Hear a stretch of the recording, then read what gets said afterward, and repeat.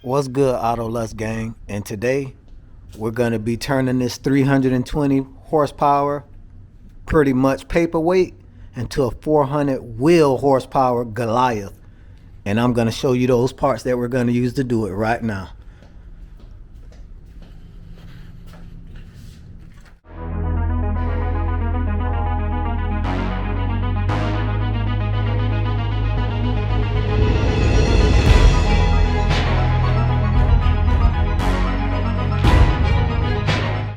As you can see, the front mount intercooler right here in the bottom, the lowest part of the grill, it's small, it's thin, and it has plastic end caps, which under any type of high boost is prone to leaking.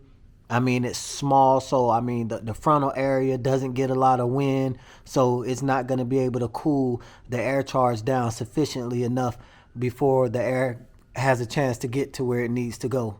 And this is what we have to solve that problem for the factory front mount intercooler. As you guys can see, this thing is thick and tall. And it's solid too, welded construction. And this is the one I told you guys I got 50% off. It's made by Wagner Tuning. And it has a authenticity sticker here.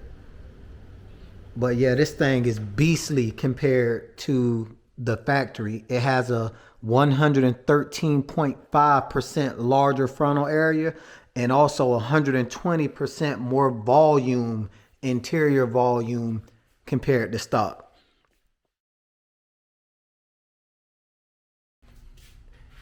Next is the boost and charge pipes. As you can see, this pipe here is plastic. I mean, I can literally squeeze it with my hand and it flexes. No way you're gonna get any real pounds of boost through that pipe and it holds up at all. And next, to solve that boost pipe and charge pipe issue, I have these mandrel bent aluminum pipes here. They're super light, well constructed, ceramic, whatever you want to call it. And I have both boost and charge pipes here. They come with the main pipe,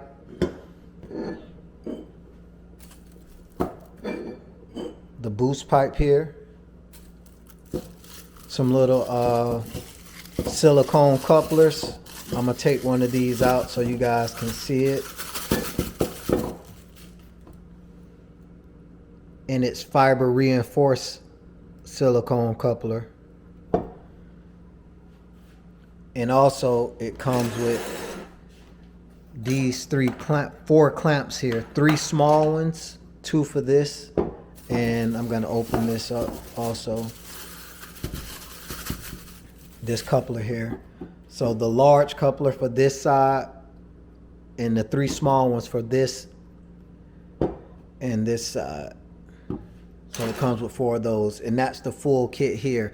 And I can't remember what I paid for this kit, but the link's gonna be down in the description, and that changes both sides, all the plastic parts of the intercooler, which are gonna be going on this intercooler anyways. You know, the piping from the factory is gonna change all the plastic piping. So that's gonna be great. And it's very well constructed, guys. So I'm gonna show you the welds on that. I mean, they're not the prettiest welds, but it definitely isn't the worst welds either.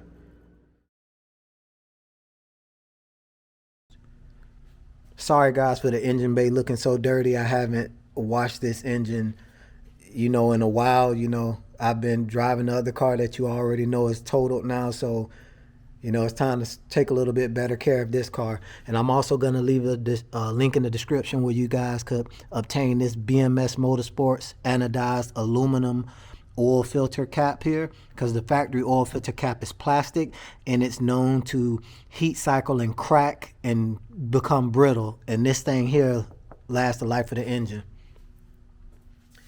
Next is going to be the Catless Downpipes. You can't see it down here. Well, Catless Downpipe, because it's one on this car. This is a single twin scroll turbo. Even though it says twin power turbo means two different things with BMW. One, with these engines, it's a single twin scroll turbo. And with the V8 engines, with the N63 TU, it's dual single scroll turbos. And with the S63 TUs, M6, M5, and things like that, it's dual twin scroll turbo. So actually the M cars are twin power turbos, if you get what I'm saying. But yeah, I'm gonna run a Catless downpipe on this baby here to release as much airflow and restriction as possible. I want almost zero restriction, and I'm gonna get a shot up under the car to show you that the exhaust on this car is almost straight through from the factory. I mean, it's crazy. I never knew that until I looked up under the car.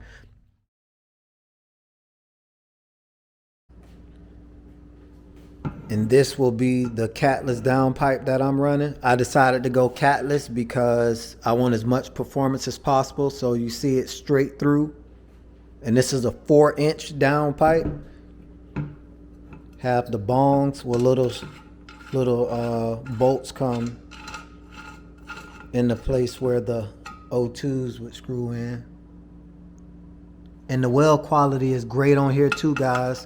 I'm gonna leave the link down in the description for this as well. You know, every part on this table I acquired through eBay. I do a lot of eBay bargain shopping, and it's worth it because the money you save versus ordering directly from the manufacturer or something like that. And 9 times out of 10, if they're a well-known manufacturer, they have an eBay store anyways. And I like the flex joint on this pipe here. Most pipes have just a little accordion flex joint, which this one has, but it also has the steel cage on it as well. And if you look in through this side, I don't know if you can see it. Yeah, you can see the little ribs in there where it's the let me put it up to there. There you go. You can see that it's the little accordion style on the inside, but this is way stronger than just a little accordion style on its own. And it also has a factory mounting point. I've seen where some of the downpipes have 2 factory mounting points, but this one has 1, which, I mean, it doesn't matter long as it's not going to go nowhere, and it's a flex pipe here to take pressure off of the turbo. So it's good. It should be fine. And the turbo flange is, I mean, gorgeous, perfect. So they use good parts. We also are going to be replacing the 4 spark plugs that sit across the top of the engine here, because running the tune that we're running, we're not going to be able to use the factory spark plugs. We're going to have to use 2 steps colder for the spark plug, for the ignition system to be able to keep up with the tune.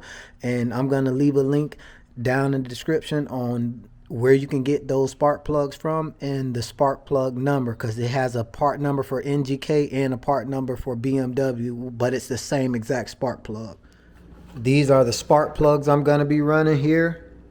That's the part number for BMW, and I'm going to put the part number for the NGK up right here in the screen. And whatever ones you find cheaper, run with those. Sometimes you can get the BMW ones cheaper. Sometimes you can get the NGK ones cheaper, but it's the same exact spark plug. Hold on, guys. I'm going to open this box up so you can get a look at it. And these are the same spark plugs we're running in the Stage 3 M6. And the same spark plugs I was running in the Stage 2 650 for my 650. And I'm going to put a link down in the description for the M6 video and the 650 video. And as you can see, it says NGK there, right on the spark plug. So, and BMW on that side. I know I need to cut my nails, guys, but if you guys knew how quick these things grow, I know it's aggravating. You know, I've been dealing with this my whole life. You know, I don't know why my nails grow so fast, so quick, but trust me, I don't like it. But just deal with them while I'm doing this part review. All right, I'm going to put this back in this box. It's hard to do things with one hand, so I'm going to put this back in this box. And then I'm going to go over to, last but not least, right here is the K&N air filter. And I'm going to tell you exactly why I went with this air filter, part number right there, made in the USA. And right on the back here, you can see, I have no need for me to look at that, but here for me, which it's just the panel filter, it says you can get up to 441 CFM over 319 CFM factory filter. And the reason I went with this filter and not like a Burger Motorsports hot air intake, because it's definitely not a cold air intake. The intake filter is out in the engine bay where it could suck hot air in. I'm gonna put another video from another YouTuber down in the description where they tested the regular air filter, a high flow filter, and a full aftermarket kit filter like Burger Motorsports. And this filter pretty much did the same exact thing as the BMS hot air filter. So, you know, it's not any different. I just want more air coming in than the factory, you know. So, well guys, this is the full kit, and with this full kit I have here going on the car, I should be able to get 400 wheel horsepower, maybe 400 plus wheel horsepower, and who knows, maybe in the future I'm gonna, you know, upgrade to a pure stage 2 turbo and methanol injection. You know, who knows? You know, anything could be in the works, guys. So what I need you to do right now is like, share, and subscribe for the content. Thank you guys. For anyone who's already subscribed, thank you for coming back, and welcome to the Auto Lust family for any new subscribers. And I'll see you guys on the next video.